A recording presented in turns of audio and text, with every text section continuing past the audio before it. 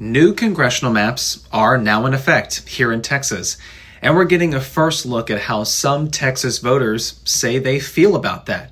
But first, let's back up just a bit. Back on August 29th, Governor Greg Abbott posted a video of himself signing those redrawn maps into law. They aim to fulfill President Trump's expressed wish to gain 5 more congressional seats from Texas. Texas is now more red in the United States Congress.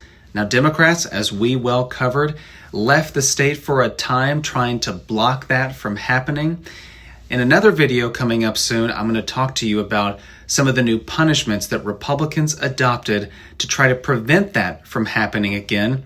There are also new legal challenges aiming to block those maps from actually taking effect next year. Okay. So this week, the Texas Politics Project at the University of Texas shared the results of a poll that it did at the end of August. They talked to a group of 1,200 registered voters in Texas about how they thought of the Republican redistricting. Here's what the poll found. 41% of that group of Texas voters said they disapprove of these efforts, while 34% said they liked it, they approved of it. However, a quarter of the voters who responded to this poll had no opinion at all. Redistricting really wasn't in the top priority list when we actually asked voters what they cared about. What they cared most about was the legislature responding to the July 4th flooding.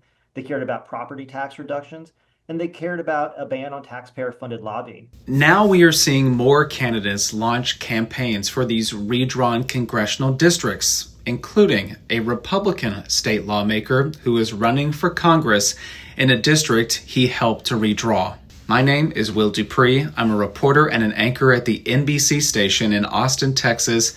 Thanks for watching.